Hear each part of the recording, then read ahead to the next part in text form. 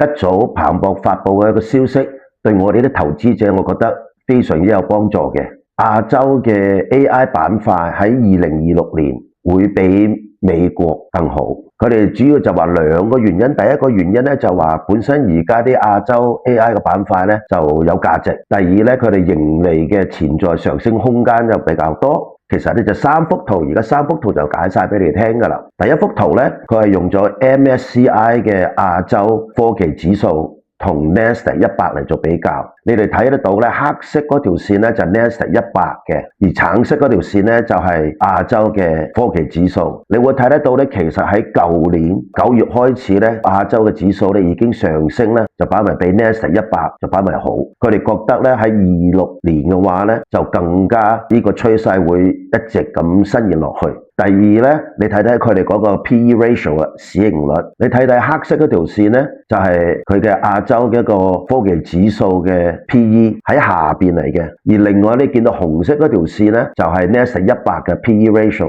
就喺上邊嘅，淨係呢一個相差嘅 PE ratio 嘅估值嘅話咧，彭博已經係覺得係亞洲方面比較有價值啲。第三咧，我覺得非常之有特別啲嘅咧，就係彭博整咗一個 China 嘅 Big Tech 8指數。嗱，美國咧就有 Max 7指數，所稱叫七姊妹啦，就係7大嘅最大個科技公司。咁而家咧，彭博就整咗一個中國嘅8大嘅科技公司。咁佢將呢8大公司同7大公司兩個指數一比較，將啲數據合埋咧，佢哋估計落嚟咧，就喺2026年甚至2027年，你哋見到咧，佢哋覺得個8兄弟啦，我叫佢做8兄弟啦，我哋嘅8兄弟咧，嗰個盈利增長咧，仲會好過七姊妹嘅。仲有一個重點咧，佢哋覺得近期有2間公司喺香港上市，呢2間 AI 公司咧係直接挑戰到 OpenAI 喺世界嘅地位，所以咧佢覺得而家好多投資者咧係已經係睇返亞洲，特別係喺中國啲